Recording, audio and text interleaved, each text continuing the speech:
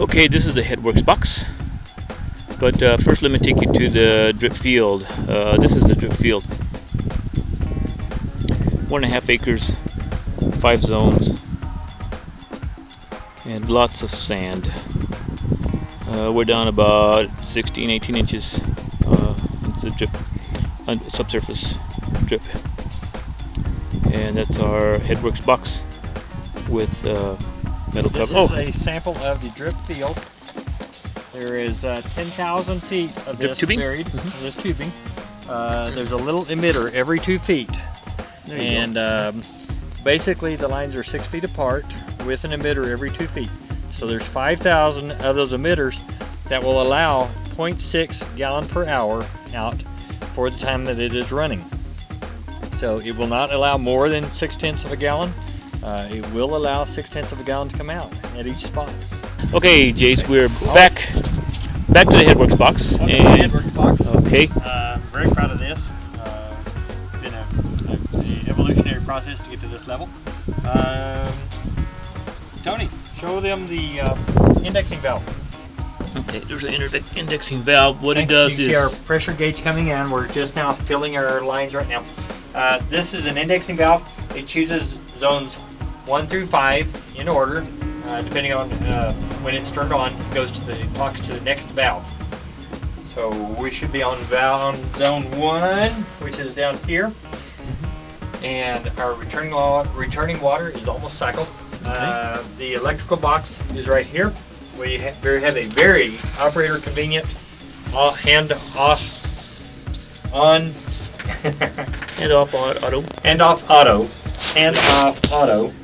hand meaning on, off and auto, and so it will stay on auto, but the operator can turn on the pumps from inside this valve.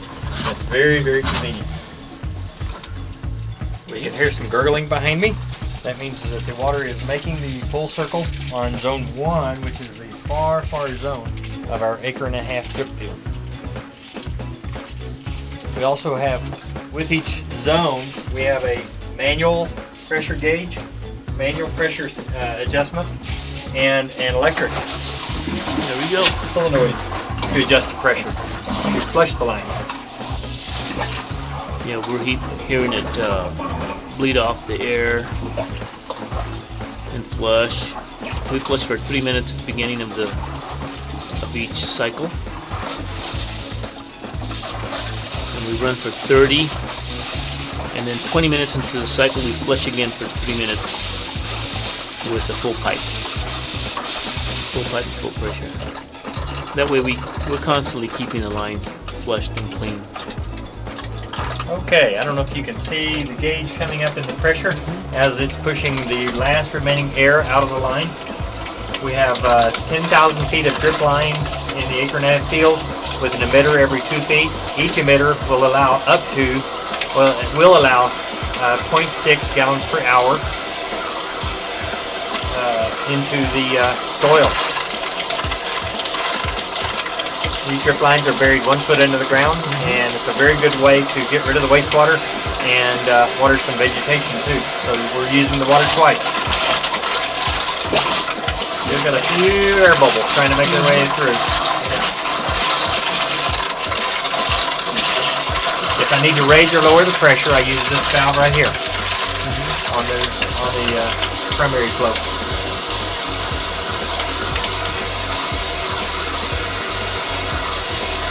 I can also manually open it and lower the pressure for full flush, which is the same thing that the electric valve does. Or I can pressure test my system and be sure I do not have a broken line. Why do we turn off? 40, 50, Okay, 60 pounds, Yeah. 70 pounds. Now I'm going to crack it back open. So that's your pressure regulating valve, also a bleed valve, so that it allows it to drain at the end of the cycle. Okay, we're back to 35 pounds.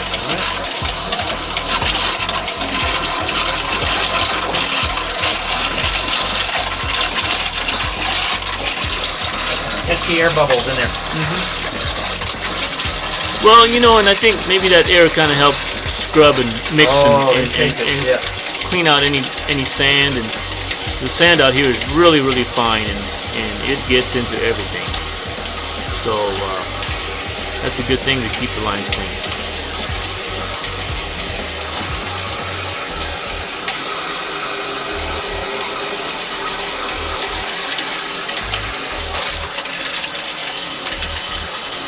You balanced out, Jace? We're balanced. Okay. Right on 35. Cool. Okie dokie. That's it for the headworks box. Let's go look at some electrical connections. Okay. Okay, here's our tornado. Beautiful picture. Let's see if I can walk up here without falling on my ¿Cómo se llama? Yep. Yep, you got that right.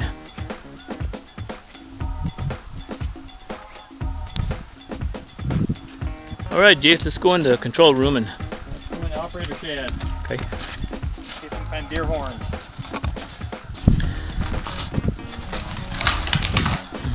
This operator shed serves several functions. We house all the controls in the building, so it's kind of nice to get out of the weather if you have to work on controls, adjust something. So that's kind of nice. Also gives you a little lab area where the operator can do some on-site water analysis. Yes. Okay. This is one of the two control boxes.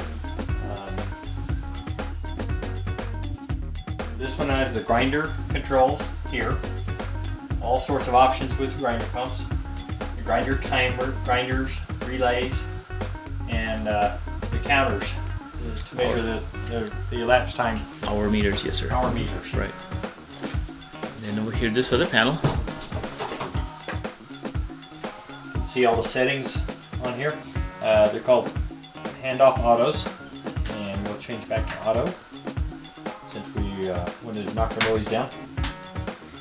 And actually, I'll turn the bioreactor on and let you hear that clicking sound. At some points today, you're getting click, click, click, click, click. Lots of timers, lots of relays. A lot of this is designed to conserve the power that's needed to treat the wastewater.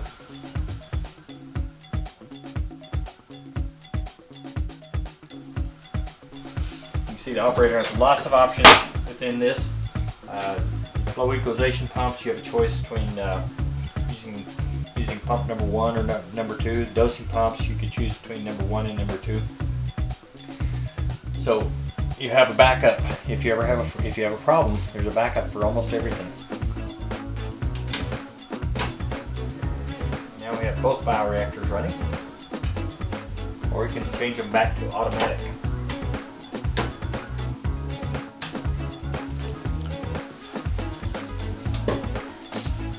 Got the RAS pump back to the automatic.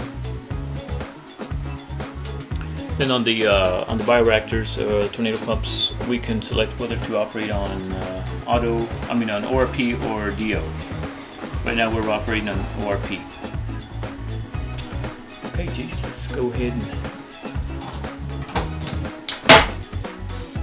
cover the controls. The actual process controllers, we have 2 analyzers. We have a dissolved oxygen analyzer, which is a optical design. It's kind of state-of-the-art, pretty neat. And this monitors temperature also. And we can choose, like I said before, we can choose whether to operate the plant by dissolved oxygen parameters or set points, or we can choose to operate the plant by ORP set points. And this is our ORP meter right here. So for instance, right now we're reading 81 millivolts ORP, and the DO is 0.66. But what's interesting is to see, your rise and fall on DO and ORP, and try to figure out which is best to run off of. Right now we're running on ORP.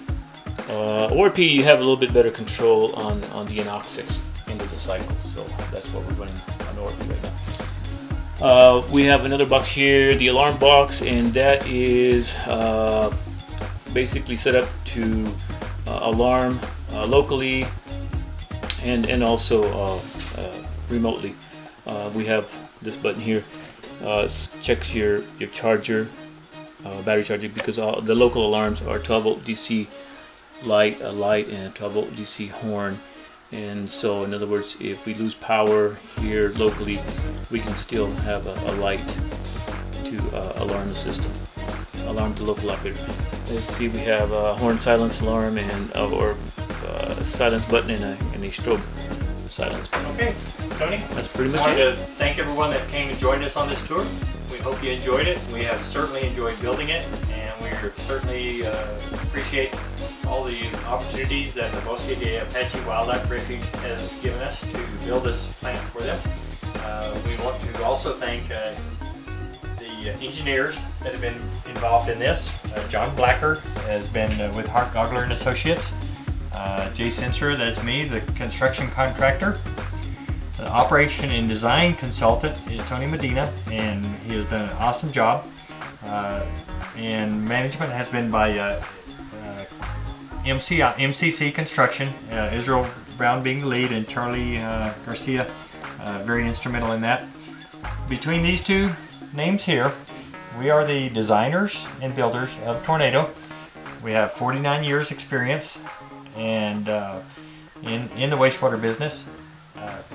We are very conservative on our power consumption. We've got numerous things in the design to save the power and get most amazing nitrogen reduction numbers that I've seen with any plant. I'm very, very proud of this design. We ask you to give us a call if you're in need of a sewer plant. We will come visit you. Very, very proud of our design. It's constantly improving, but it's pretty darn amazing the way it is.